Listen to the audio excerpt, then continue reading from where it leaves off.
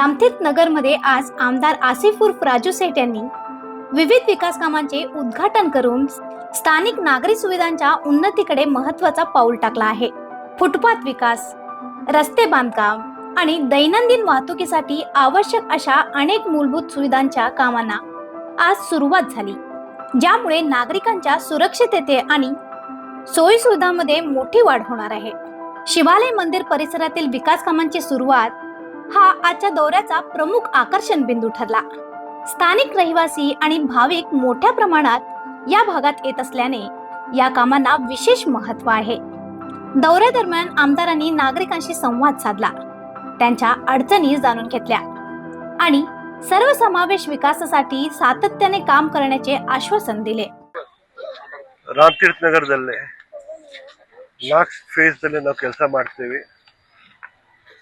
ಅದು ನಾಲಾ ಇದೆ, ಡ್ರೈನ್ಸ್ ಇದೆ, ರೋಡ್ಸ್, ಅಸ್ಫಾಲ್ಟಿಂಗ್, ಫುಟ್ಪಾತ್ಸ್ ಮತ್ತು ಎಲೆಕ್ಟ್ರಿಕಲ್।